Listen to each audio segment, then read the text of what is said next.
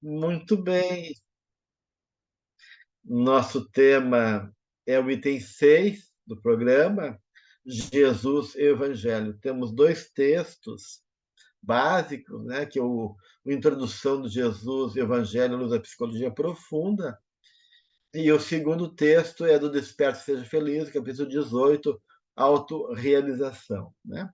Eu vou começar pelo segundo e vou ampliar um pouquinho o material da Joana, e vocês vão trazendo, né, aquilo que for necessário para a gente poder ir aprofundando e tirando dúvidas também que possam estar presentes. Tá?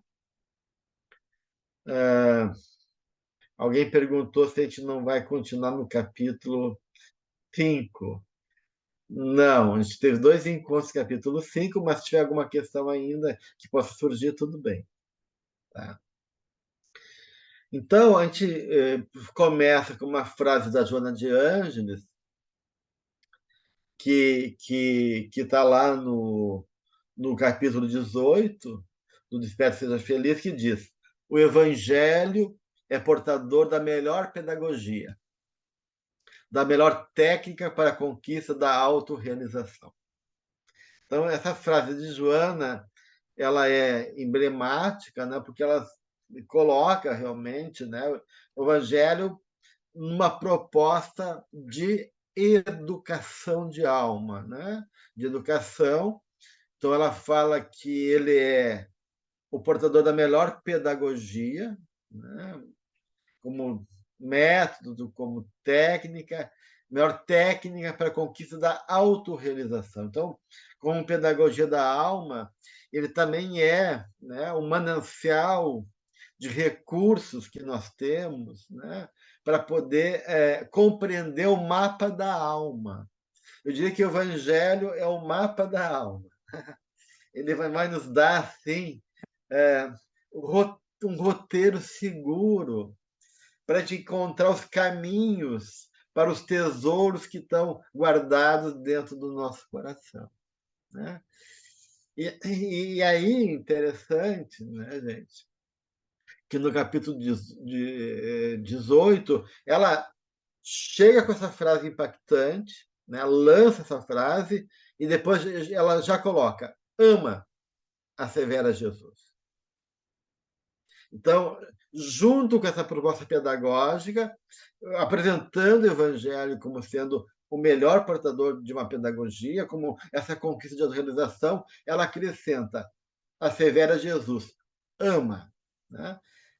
E que não há, então, como enganar, como distorcer essa proposta dele. Então, o Evangelho também, como mapa da alma, é justamente a compreensão do que realmente seja amar.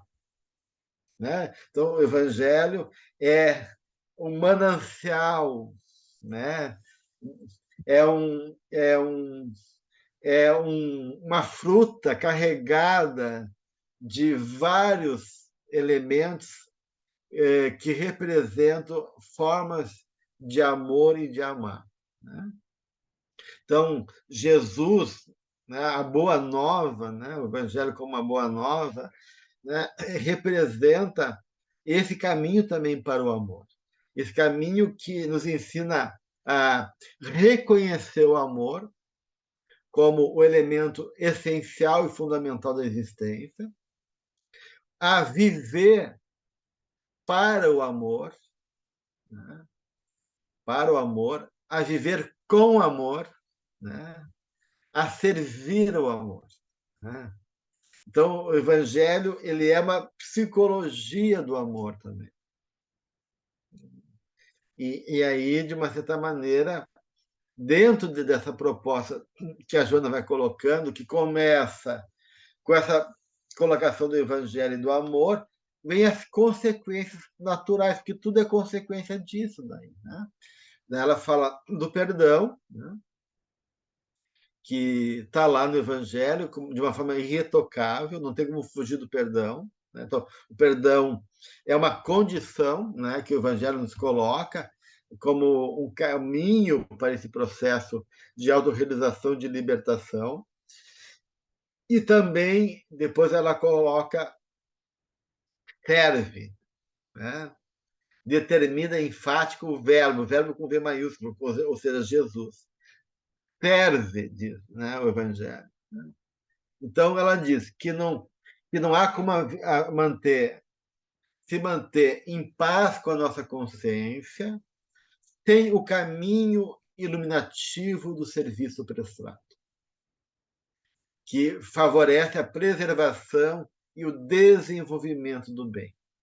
Porque a ociosidade, a Joana de Anjos coloca, é ferrugem da engrenagem da vida. Né? Amor é vida, ela diz. Amor é movimento. Então, se o amor é movimento, é necessário que ele possa servir para que a vida se movimente em nós e gere o bem, né? E nos realize. Então, de uma certa maneira, a gente está vendo aí, nesses elementos que Joana está colocando, né? O amor, o perdão e o serviço é o caminho de autorrealização que o Evangelho nos apresenta. Né? E que todo o processo de fuga desse caminho é o contrário disso. É uma forma de desamor, de negação, né? E é uma forma de maltrato, então, de não perdão, né? Que dificulta o perdão, né? Que gera conflito, né? E que, de uma certa maneira, nos impede de servir. Né? Ah, e aí, se a gente for ver lá no Evangelho, na própria carta de Paulo ao Coríntios, ele vai colocar uma frase também que eu acho bonita, no Coríntios 5, versículo 17: aquele que está em Cristo é nova criatura. As coisas velhas já passaram e eis que tudo se fez novo. Olha que imagem forte, né? Que Paulo traz do Cristo, né? E do Evangelho, porque o Evangelho é o caminho de viver, né, o Cristo em nós. Né? Ele deixou, até do seu exemplo, o Evangelho é um relato, né, da vida do Cristo e dos padrões arquetípicos, né, ou seja, fundamentais, que sustentam o que representa, né, uma vida cristã. Então, como diz Paulo, se alguém está em Cristo, ele é uma nova criatura. E tudo se faz novo com Cristo. Então, Jesus é a boa novidade, né? É a boa novidade que está lá muito bem explicado na Boa Nova, né? No livro que o irmão X escreveu pelas mãos do Chico Xavier, né? Tem um tem um momento, né? Que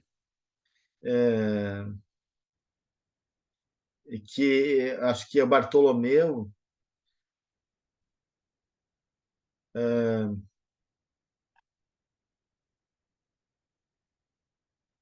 É, o capítulo da Boa Noite chamado Bom Ânimo, tá? Bom Ânimo. Exato. Uhum.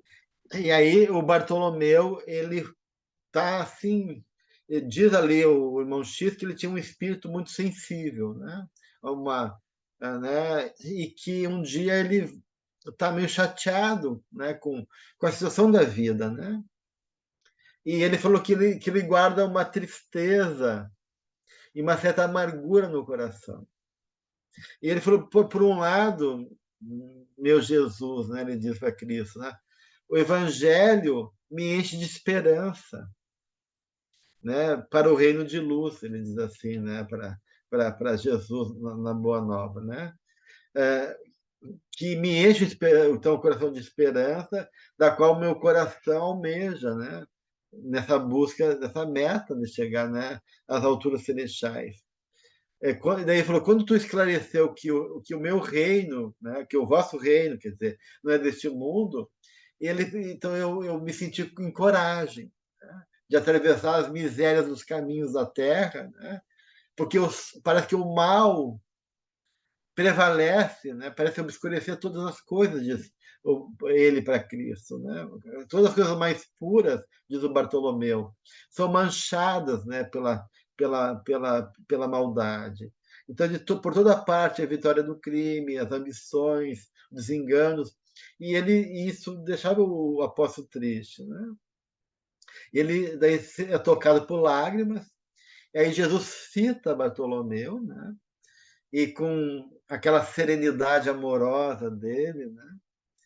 Ele diz: a nossa doutrina, Bartolomeu, entretanto, é do Evangelho, ou seja, da Boa Nova. E ele diz uma coisa bem importante: já viste, Bartolomeu, uma boa notícia não produzir alegria? E aí, claro, eu sou essa boa notícia. Eu sou o presente para a humanidade. Como é que um presente, uma boa notícia, não gera alegria? Né? Então, por que te perder nas coisas tristes do mundo e não ficar com a boa mensagem, com a boa notícia? Né? E ele diz: fazes bem quando tu conserva a tua esperança em face aos ensinamentos novos. Porque o meu papel, diz o Jesus, né, a minha intenção é conservar a esperança em face a esses novos ensinamentos. Então, a minha intenção justamente é acender o bom ânimo nos meus discípulos, diz o Cristo. Né? Então, o fato de eu dizer que o meu reino é neste mundo não quer dizer que eu desdenho o trabalho de estendê-lo aos corações que vivem na terra. São prisioneiros dessa ignorância. E ele diz: tu acha que eu viria na terra sem ter essa certeza confortadora? E diz, em algum momento o evangelho vai florescer, né? Primeiro na alma individual de cada um, né? Diz o Cristo ali no capítulo, para depois frutificar na sociedade. Né? E diz: mas eu venho de meu pai, diz, né? Ali, né? O texto, cheio de fortaleza e confiança. E a minha mensagem há de proporcionar grande júbilo a quantos a receberem de coração. Então, o Evangelho também é essa mensagem jubilosa que fala ao nosso coração. E então, Jesus é a boa notícia. O Evangelho é a boa notícia. O Evangelho é o presente. E tem presente maravilhoso, tem boa notícia que não gera alegria. Se não gerar alegria, não é o problema da boa notícia, o problema é nosso, né? Que não entendemos ainda a mensagem. Né? Porque ela tem que gerar uma alegria, né? Se é uma boa mensagem, né? Se é uma boa notícia. Né? Então, então, o Evangelho é essa boa notícia, né? que Jesus veio trazer para nós. Né? Para justamente sustentar a nossa vida. Né? Para justamente, de uma certa maneira,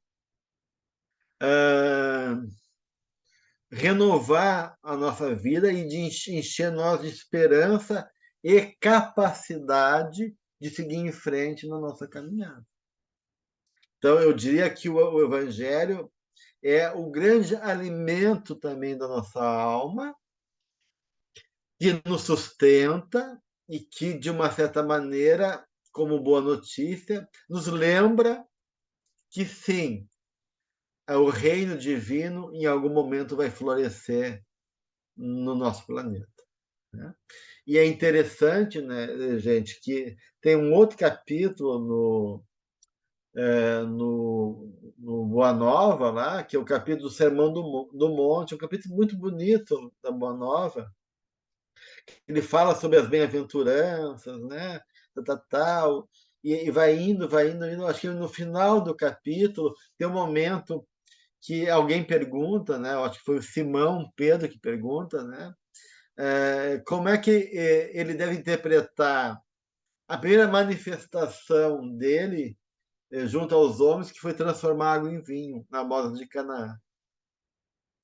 Porque o Pedro questiona, não é uma festa mundana, né? o vinho não ia cooperar para a embriaguez, para a gula, não é um contrassenso, né? É que Pedro questiona a Jesus: tu quer transformar a terra em virtudes, em coisas, né? E o primeiro milagre teu é um milagre material que promove festa, gozo no mundo, né? E aí, claro, Jesus compreende, né, toda a profundidade da colocação de Pedro, né? E aí Jesus diz: Pedro, conhece, conheces a alegria de servir a um amigo? E aí Jesus explica para Pedro, né, que as bodas de Canaã foram um símbolo da união dele com a terra.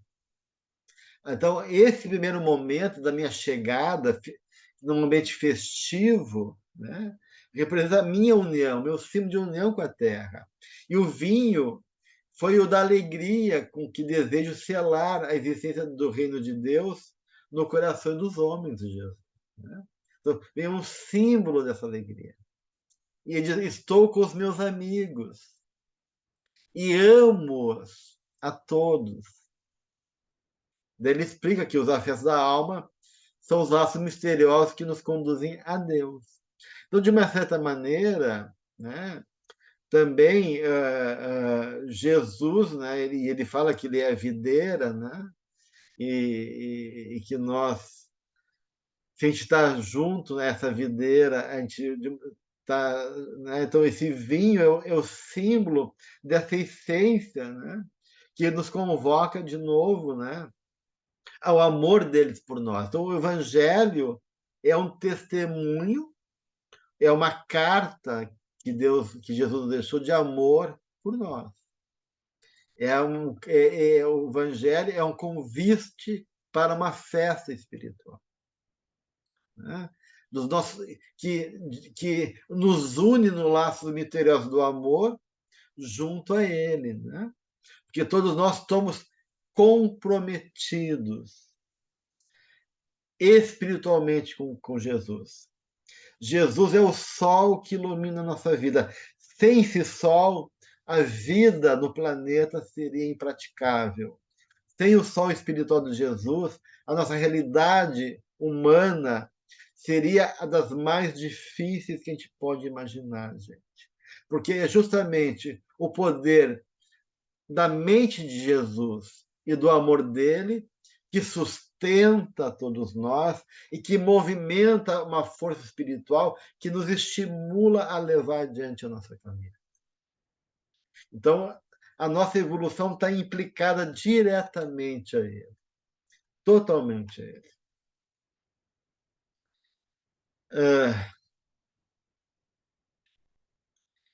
Então, a gente vê o quanto o Evangelho, né,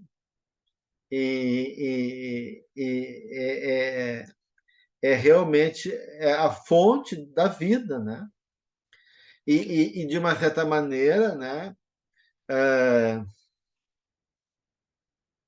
tem vários momentos do Evangelho, né, ou do próprio as cartas de Paulo, que de uma maneira reflete isso, né? A gente vai encontrar na carta de Paulo aos Colossenses, né? Diz o seguinte: graças damos a Deus, Pai de nosso Senhor Jesus Cristo, orando sempre por vós, desde que ouvimos falar da vossa fé em Cristo Jesus e do amor que tendes a todos os santos, por causa da esperança que vos está reservada nos céus, da qual antes ouviste pela palavra da verdade do Evangelho. A palavra da verdade do Evangelho. O Evangelho é a verdade, que já chegou a vós, diz a carta de Paulo, como também está em todo o mundo, e já vai frutificando, como também entre vós, desde o dia que ouviste e conheceste a graça de Deus em verdade. Então, de uma certa maneira, o Evangelho é a verdade que sustenta a nossa vida e que reflete o amor que o Pai tem por nós através da presença do Cristo em nossa vida. E aí está a proposta do Cristo, o seu evangelho, que está lá em Mateus, capítulo 16, versículo 24. Né? Então, diz lá, Jesus disse aos seus discípulos, se alguém, ou seja, se alguém, qualquer um, quiser me seguir, me acompanhar, né? Negue a si mesmo, tome sua cruz e siga-me. Então, de uma certa maneira, aí também tem uma dica importante da proposta do Evangelho, né? Enquanto caminho psicológico e espiritual. Né? Se alguém quiser me acompanhar, ou se alguém quiser fazer esse caminho comigo, o caminho do Evangelho, negue a si mesmo, tome sua cruz e siga-me. Então, o primeiro passo que o Evangelho nos propõe é querer, ou seja, o desejo de mudar. Começa assim o texto de Mateus. Se alguém quiser acompanhar-me. Ou seja, eu não imponho a ninguém isso. Eu não exijo isso de ninguém. É da vontade de vocês. Vocês querem me acompanhar? Então é preciso desejar, querer o poder transformador do Evangelho. Sem o desejo nosso do Evangelho fazer parte da nossa vida, sem ser de genuíno, não há transformação. Então, de uma certa maneira, a gente tem que realmente acolher o Evangelho, que de uma certa maneira é acolher Jesus em nossa vida, de maneira ardente, intensamente. Né? Ou seja, eu quero ter a experiência de Jesus em minha vida. Eu quero compreender essa experiência que ele nos deixou como exemplo. Eu quero realmente assimilar a sabedoria, né? E essa boa notícia que é o Evangelho em minha vida. E eu devo desejar isso como o ar que a gente respira. Né? Então, até porque, né? E a gente vê vários personagens do Evangelho que fizeram isso. Né? A Madalena, né? O Zaqueu, o próprio Paulo, né? E assim por diante, né? Que realmente se entregaram, né? E desejaram, né? Seguir o Cristo. Né? E aí tem uma segunda proposta que está ali no Evangelho, em Mateus, que é negue a si mesmo. Ou seja, viver o Evangelho representa a morte do eu, né? desse ego perdido, desse ego iludido, desse ego voluntarioso, né? Que tem que negar a si mesmo. Ou seja, exige uma submissão total e voluntária ao poder transformador do self, né? De Jesus em minha vida. Então, eu devo desejar a transformação e me submeter a ela, negando os meus caprichos, abrir mão da minha vontade ilusória, impositiva, egoísta, arrogante, né? E poder reconhecer que eu não sei, que a minha consciência é limitada, que a minha condição é, é de uma certa maneira, um caminho de entrega total. E que eu tenho que lutar, né? O Jung diz que a individuação é uma opus contra a natura, uma obra contra a natureza. Eu tenho que lutar contra a minha natureza impulsiva, contra o meu lado animal, contra o meu egoísmo. Eu tenho que superar a minha natureza para que o princípio divino que habita em mim ascenda, eu me renda totalmente a esse princípio. Então, esse é o segundo ponto. Depois tem o terceiro ponto que está ali, né, que é tomar a sua cruz. Né? Ou seja, a culpa da vida, da minha realidade, não é de ninguém. Eu não posso dizer que a vida é injusta, né? Eu não posso fugir da vida. Então, o Jonas fala: a vida exige coragem. Joana coloca que o Jung dizia que uma das piores questões psicológicas do ser humano é a covardia de enfrentar a vida. A vida requer o homem por inteiro, dizia o Jung, através de uma frase da alquimia. E Joana é categórica em relação a isso. Né? Viva, viva, viva plenamente, viva intensamente, mas não é a vida do gozo, é a vida de assumir aquilo que te cabe, ou seja, ao fardo criado por mim mesmo, né? Do meu passado, da minha inconsequência, da minha ignorância, sabendo que com ele o meu fardo é mais leve.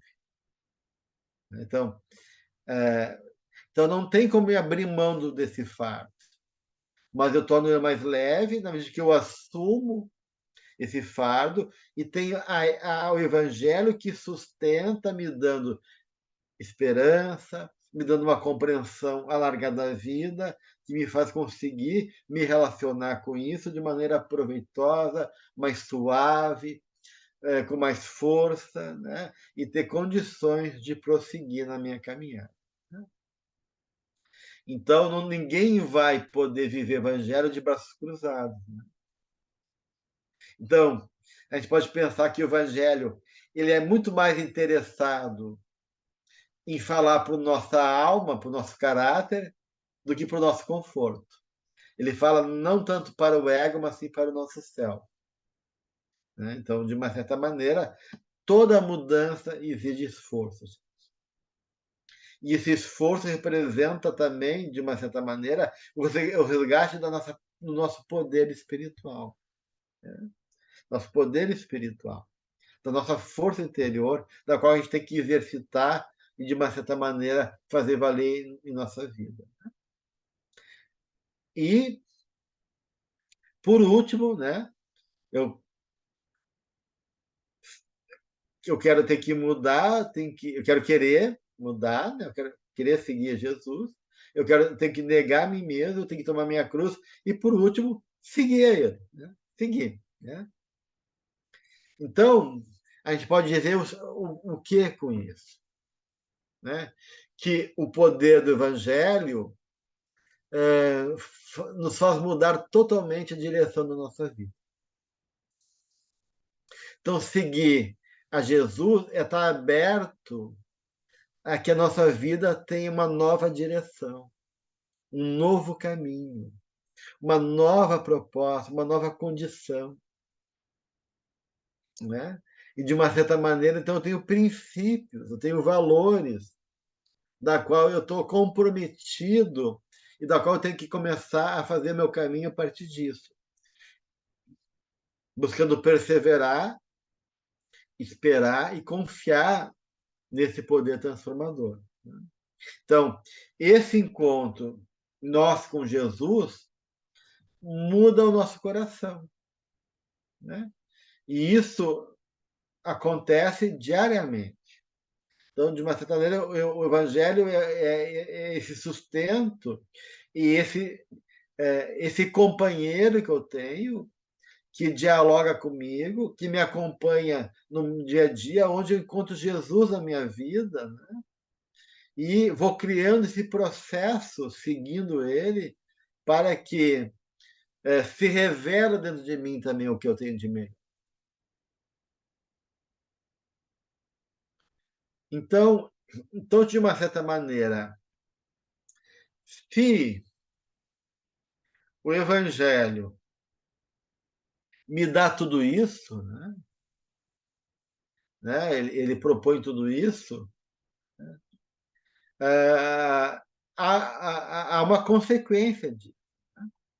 Né? Ou seja, esse poder transformador do Evangelho produz em nós, essencialmente, eu reuni três elementos aqui. Né? Né? Então, o Evangelho ele gera uma nova consciência. Então, se eu fazer tudo isso que o Evangelho propõe, né? Eu querer seguir Jesus, negar a mim mesmo, assumir minha cruz e seguir, a consequência disso na minha vida é, primeiro, uma nova consciência. eu começo a ter uma nova percepção da vida, mais profunda, mais ampla. Ou seja, o Evangelho realmente abre, né? Me acorda, me tira do meu sono, me tira da minha ilusão, gerando essa consciência lúcida que Joana nos coloca, né? Até chegar à consciência cósmica, né? A ideia do Espírito Santo, né? Desses amigos espirituais que estão junto, né? Ajudando, né? A não apagar essa chama e nos intuindo também, né? E assim a gente vai, né? Fazendo um despertar de consciência com o Evangelho. O segundo aspecto que vem junto, que isso tudo está interligado, eu estou assim, separando de maneira didática, mas isso na prática não está separado, é que sejamos luz, né? Ou seja, o Evangelho não só gera uma nova consciência, como desperta a luz que há em nós. Né? Porque a gente está acostumado a ver com a luz do vizinho, a luz dos mensageiros. Né? Está lá o nosso protetor, está lá. Daí, de repente, ele sai um pouquinho do lado da gente, né? Cadê a luz? Né? Ele tem que sair de vez em quando perto da gente, para a gente poder ter consciência da nossa própria condição. Porque se ele ficar sempre junto com a gente não evolui. Porque a gente tem que fazer valer a nossa luz. Então, na medida que o Evangelho entra em nossa vida, né, e começamos a ter consciência das nossas atitudes, né, também somos abençoados com essa consciência do divino em nós. Né?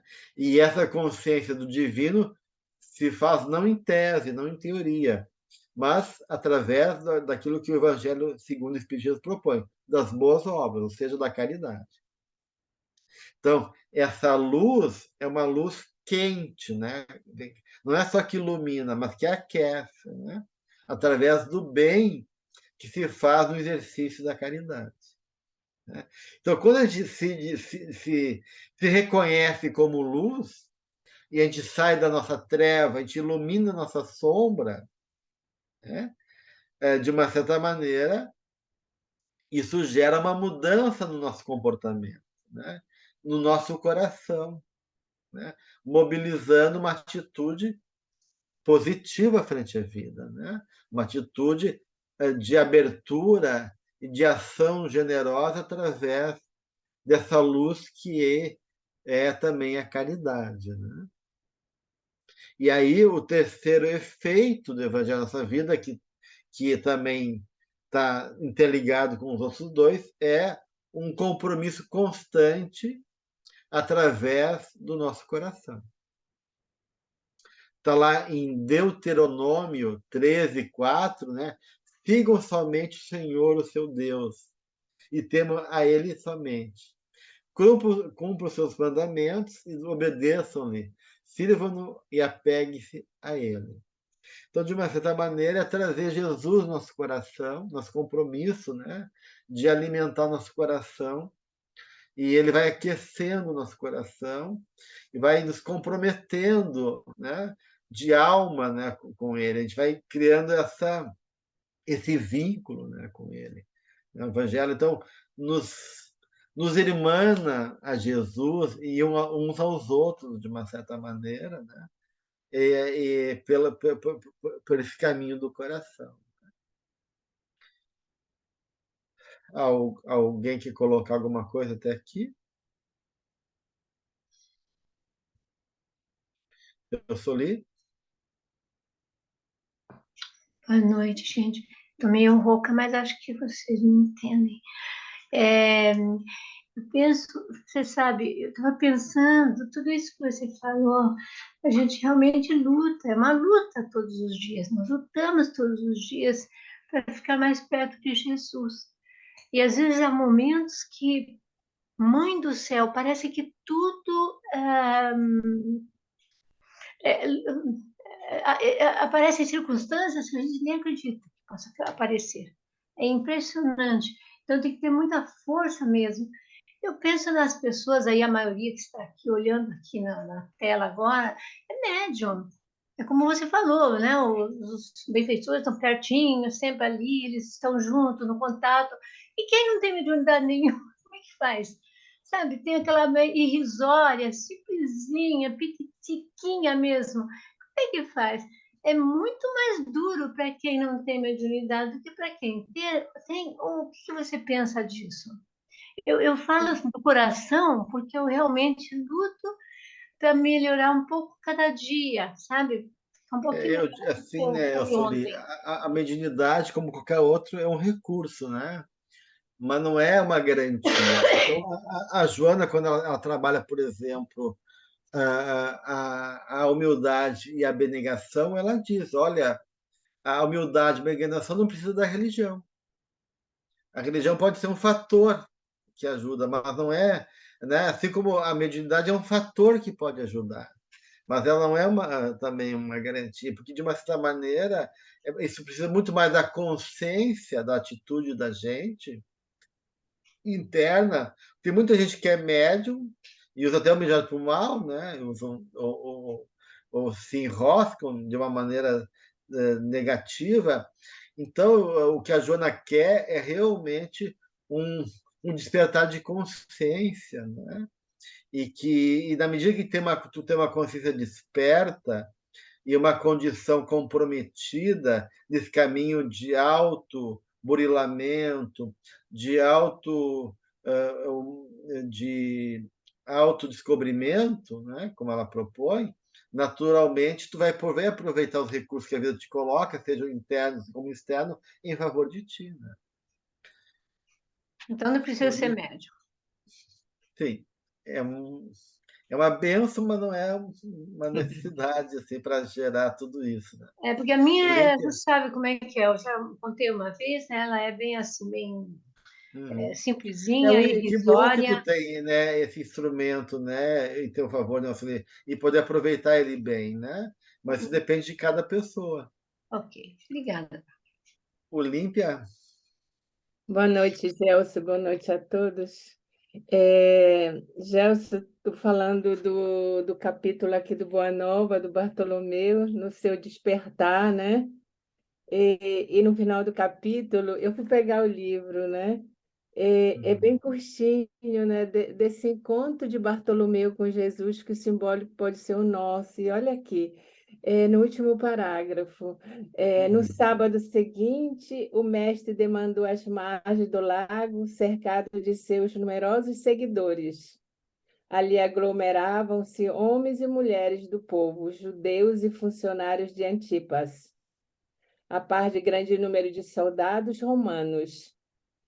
Jesus começou a pregar Boa Nova e, a certa altura, contou, conforme a narrativa de Mateus, né, que você falou, que o reino dos céus é semelhante a um tesouro que, oculto no campo, foi achado e escondido por um homem que, movido de gozo, vendeu tudo o que possuía e comprou aquele campo.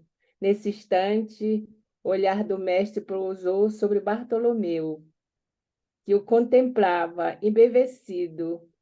A luz branda de seus olhos generosos penetrou fundo no íntimo do apóstolo pela ternura que evidenciava, e o pescador humilde compreendeu a delicada alusão do ensinamento, experimentando a alma leve e satisfeita, depois de haver alijado todas as vaidades de que ainda se não desfizera, para adquirir o tesouro divino no campo infinito da vida, enviando a Jesus um olhar de amor e reconhecimento.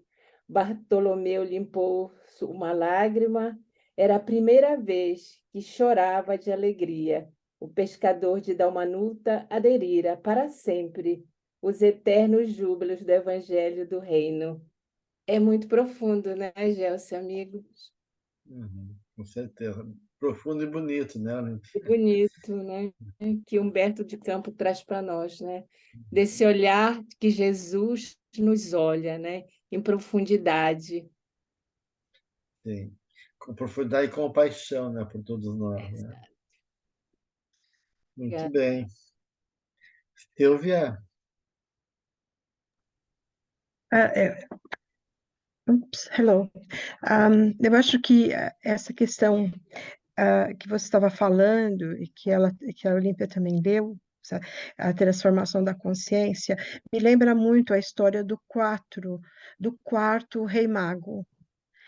Vocês devem conhecer a história, que ele foi ia encontrar com os três, e ele levando os presentes para Jesus, e preparou e tudo, e ele chegou num ponto do caminho, ele viu uma pessoa doente, foi cuidar, quando ele chegou, a pessoa já tinha ido embora, e ele passou a vida inteirinha, quando ele chegou em Jerusalém, ele já tinha ido embora, e ele passa a vida toda, dá uma pérola para um soldado para não matar a criança quando eles estão matando as crianças, e ele vai sempre assim ajudando. E ele fica, com o tempo, ele fica super triste, porque ele falou: fiz tanto, não consegui encontrar Jesus. Daí ele encontrou esse homem e ele falou: mas eu vim te buscar porque eu estou com você. Então, eu acho que essa questão, a gente é em servindo, é no nosso esforço de servir aos outros que isso acontece, não é? Essa questão, por exemplo, que você disse que a Joana disse, a transformação, de certa forma, o despertar da nossa consciência, eu acho que é através do serviço aos outros, que é a é. maneira com que a gente vai conseguir. Eu acho muito bonita essa história do. Semana passada a gente viu isso, né, Silvia, que não tem como a gente tomar consciência de Deus e viver Deus se não tiver reconhecendo isso na própria dinâmica da relação humana, né? Então, isso está implicado, né, com certeza, nas relações entre a gente. Yeah, thank you. A Cláudia queria ter colocado alguma coisa também? Alguém tinha levantado a mão? Tinha sido eu mesmo, Gelson, é que eu fui ler Mateus, né, que a chamada está aí já há mais de 2000 anos, e a gente se prende, né, tem umas amarrazinhas que a gente não quer soltar de jeito nenhum, e lá em Mateus 38, 39, onde ele diz que não resistais, né, ao perverso, mas se alguém te ofender com um tapa na face direita, volta-lhe também a outra. Se alguém quiser tirar-te a túnica, deixa que leve também a capa. Assim, se alguém te forçar a andar 1 milha, vai com ele 2. Então, ainda para nós outros, né, está muito difícil ainda essas 3 que Joana mostrou aqui, né, que é amar, perdoar e servir, principalmente servir sem esperar nada, nem um muito obrigado, né? E nós que somos mães, lembrando o Dia das Mães ontem, parabenizando a todas, não somente a minha. Então, é um eterno dar, doar-se. E enquanto são os de casa, a gente aceita até bem, né? Tem as briguinhas domésticas, mas a gente aceita bem. Mas quando vem de fora, dói muito. E essa dor nem sempre, às vezes arrasta a gente. A decepção, a tristeza. Aí a gente, né? Não sei o que você diz disso, dessa caminhada árdua, né, que nós ainda não, relutamos em não pegar a cruz, né? Isso fora da nossa infantilidade ainda, né? Que quando o Mano fala que toda criança ela é exigente e teme muito, né? A gente não consegue confiar no amor de Deus, a gente não acredita, talvez, ainda que Deus possa nos amar e sermos merecedores do seu amor, né? Então a gente fica apegado também às sensações primárias, né, de gozo, e não conseguimos trocar desse ato de fé, né? De abandonar esses velhos padrões e se atirar ao novo, que a gente não tem garantia, né? A gente não acredita nessa garantia. E aí, por isso que a gente resiste e é difícil de mudar ainda, né? Mas uma hora, né? Seja pela dor ou pelo amor, a gente vai sendo sensibilizado em favor dessa mudança. Sara? Boa noite a todos, boa noite, Gelson. Uma pergunta, eu vi que você falou uma coisa tão boa, assim, tão linda nos nossos corações, pelo menos no meu. Imagina falar de Jesus com tanto amorosidade, né? E a gente captar isso. Eu fico pensando, e essas pessoas que nunca, assim, que não se usa nunca o nome de Jesus, que não se usa nada, Deus, que é só o trabalho, o dinheiro, o poder, como fica essas pessoas no mundo? Eu não entendo muito, às vezes, como é que as pessoas. A gente ainda tem a doutrina espírita e tem esse conhecimento que nos fortalece da oração, porque a oração é uma coisa fantástica para as nossas vidas. Mas quem nunca faz uma prece, quem nunca senta com seus filhos, não se fala em Deus nas famílias, é trabalho para casa, é a posição social. Como fica a vida dessas pessoas? Isso que eu queria te Eu perguntar. acho que é por isso que o índice de suicídio, né, o índice de vazio, de indiferença, de individualismo é muito grande na Terra, né? Porque justamente falta, né, essa compreensão, essa vivência espiritual nessa área. Claro, como a gente falou, a consciência do ser humano não depende da religião, né? Então, tem Sim, pessoas que têm uma atitude ética e amorosa por princípios outros, que é as relações afetivas, de família, etc., né? Mas como é bom ser acalentado por uma prece, né? Como é bom ser uhum, alimentado, como é bom saber que existe algo que cuida de nós, né? sim. Como isso dá sentido à nossa vida. Então, eu acho que, de uma certa maneira, é mais duro, mais pobre ter que lidar com a vida dessa maneira, mais árida, né? Mas, Eu trabalho com famílias, né? Então, pessoas que têm uma posição social, que são advogados, são médicos e banco, essas coisas assim, já trabalhei. Sabe o que que eu comecei a fazer nessas famílias? Eu comecei a fazer, eu fico sozinha com as crianças, eu faço o evangelho no lar, para poder também dar um sustento na casa, porque às vezes a gente sente que a casa, com todo o conforto, com todo o dinheiro que não tem, não falta, mas às vezes o ambiente está pesado. Isso é claro, um, isso é um modo também, eu não posso chegar para eles e vamos orar aqui antes de sair para trabalhar, achar que eu sim, estou meio pirada, sim. mas é um modo até, eu acho, até para proteger as crianças, porque não se pode falar em Deus, não. Esse tempo eu vi uma criança dizer que estava com medo e estava sentindo uma vibração. E a mãe olhava para a cara dela e dizia que ela tinha proteção. Eu dizia, por que que ela não diz que a proteção vem de Deus? E a menina dizendo que estava com medo, que estava sentindo. E a mãe só dizia para a menina, nós temos proteção, mas a criança vai saber de onde é que tem proteção. E eu digo, eu não posso chegar e dizer, falar em Deus para as crianças. Eu faço de outra Uhum, forma. Deus é claro. doando, com um abraço, com isso que você falou. Então, eu achei muito interessante. A gente A pode gente não ajudar pode sempre. sempre ajudar, a gente não pode esquecer, né, Sara, que o mais importante, né, acima de tudo, né, que é a linguagem universal que Jesus nos propõe, não é tanto a palavra, né, Sim, o falar em Deus, né, mas realmente o exemplo, né? Então, a exato. tua atitude, a atitude nossa de Uhum. amor, de cuidado, nosso testemunho, isso vai calar no coração dos homens, mesmo que eles não consigam compreender Não que por trás compreendem. disso ainda tá a presença divina e da mensagem do Cristo. Mas o exemplo é o melhor elemento, né, Sim, que a gente mas tem em termos de pedagogia, né? A proposta do exatamente. Evangelho, o Evangelho são testemunhos do que são exemplos dele para nós, Sim, né? Então, de uma mas certa maneira, também é o elemento de maior transformação que nós temos como instrumento na Terra, né?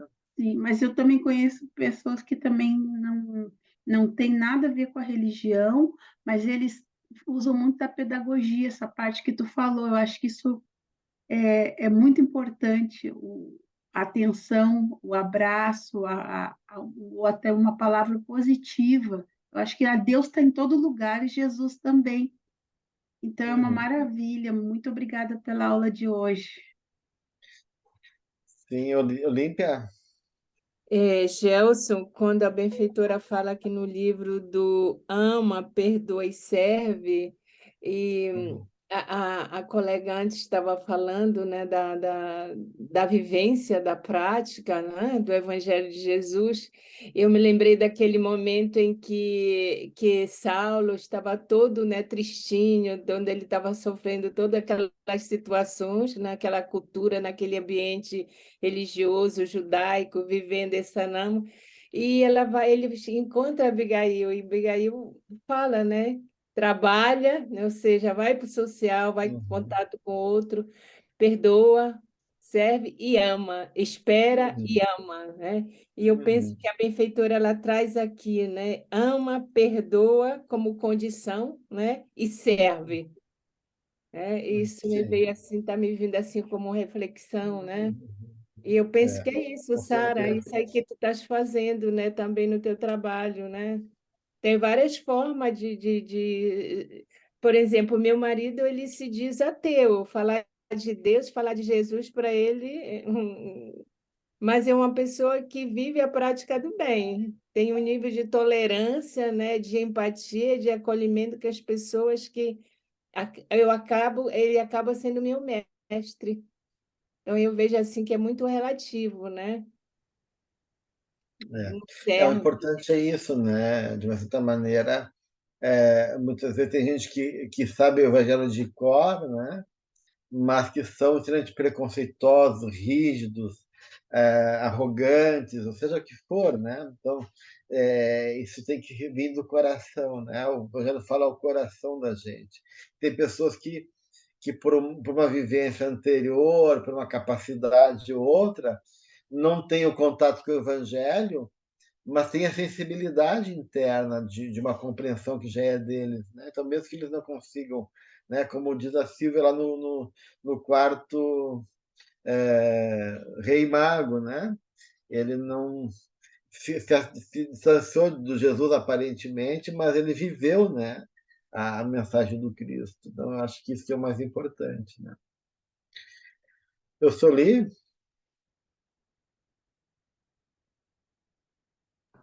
Então, é bastante reflexão, muita reflexão essa aula de hoje, meu Deus. Eu penso que, para eu, por exemplo, eu falando de mim mesma, para eu domar ainda algumas coisas em mim, eu sei que eu preciso ter uma luta grande, porque você mesmo falou, né? Às vezes a pessoa pensa que está sendo humilde e está sendo arrogante. Ai, que horror! Sabe que depois a gente analisa assim, nossa, olha o que eu falei, e a gente não está falando com arrogância, por incrível que pareça, mas soa assim. Então, agora, o que é mesmo a verdade? O que é mesmo que está dentro de mim? Isso é uma das coisas mais difíceis, Gelson do céu. É a gente ter a luta com a gente mesmo. O pior inimigo é eu mesmo, não tem dúvida. Agora, o que eu queria falar também, essa é uma reflexão que eu vou colocar a semana inteira para mim, também é com relação, eu faço aqueles trabalhos voluntários com muito carinho, com uma senhora, né? E ela é ateia e ela não, mas não quer nem saber. Nós trabalhamos juntas há anos já. E de vez em quando eu falo uma palavrinha, mas eu percebo ela se enrijece. É uma mulher grandalhona, bem pelo sueco mesmo, mas é de um coração de ouro. Eu vejo como é que ela olha para os refugiados, os que chegam, acadêmicos, eles vêm, eles já têm um pouco de teoria, mas têm a dificuldade de falar, e a forma dela conversar com eles, a forma dela olhar nos olhos, eu observo tudo, é com amor, com amor, ela faz aquilo com vontade, porque mesmo que a gente nem recebe nada, não é pagamento, aquilo ali é uma coisa que a gente gosta de fazer, é voluntário, trabalho voluntário. E então eu penso, meu Deus, essa mulher, e lembrei porque justamente da reflexão, porque o que a Sara contou do esposo dela, está no coração. Então eu acho assim, para essas pessoas que ainda não conhecem Deus, não têm interesse por enquanto, coisa e tal. Eu acho que cada um está no seu tempo. O tempo dela vai chegar, o tempo do esposo da Olímpia vai chegar, que um dia, se não é nessa reencarnação, é em outra reencarnação, mas eles vão ter, já estão tendo desde já um trabalho em si mesmo de amor, de doação, de entrega. Então, eu penso, porque Deus é tão justo, né? Nós não temos condição de querer pensar como é a natureza do nosso Pai, mas Ele é todo justiça e bondade. Então, Ele vê isso, tenho certeza que essa senhora, e eu me preocupo com ela, porque eu adoro ela, sabe? Então, eu me preocupo, pensar, meu Deus, ela podia ainda nessa reencarnação, mas eu não posso insistir, porque Isso é eu o vou de estar menos, né, o violando. Solê? Vou É violar. porque essa questão do tempo é uma questão de consciência, né? Se a pessoa tem uma consciência interna, o self dela mesmo que o ego não tenha o contato, né, com essa realidade, que podia ser um facilitador, né, mas se o self já tem aquilo, então é uma conquista dela. Então, tu vê, ela não tem, do ponto de vista egóico, ela não tem acesso ao evangelho, tem uma certa resistência, mas a consciência dela mais profunda, o self, já tem consciência do que seja amar, já tem essa mensagem internalizada, né? E isso que é importante, né, gente? Muito bem, Silvia, para a gente encerrar, então, que já está finalizando, É, hein? bem rapidinho, é só para lembrar uma coisa que Jesus diz: nem todos aqueles que dizem Senhor, Senhor entrarão no reino dos céus, mas aqueles que fazem o desejo do meu Pai que está no céu. Uhum, Acho que isso resume praticamente o que a com gente tem que certeza. fazer. Com certeza. Muito bem, gente. Então, semana que vem, vamos fazer o seguinte: vocês tragam, se vocês tiverem todas as dúvidas que tiverem do item 5 e do item 6, a gente daí se ocupa de algum elemento do texto da Joana que tenha ficado para trás e que tenha ficado alguma questão que você acha importante. Tiramos dúvidas, refletimos algum elemento que for necessário, e se der tempo, a gente começa já daí o item 7. Tá? Eu também quero falar um pouquinho da colaboração do Pastorino, onde ele fala qual é a postura para a gente poder interpretar o Evangelho. Né? Falar um pouquinho sobre isso também. Né? Qual deve ser a nossa postura para conseguir interpretar de maneira adequada o Evangelho. Então, a gente conversa também um pouquinho sobre isso, e se der, a gente vai para o item 7 já. Tá?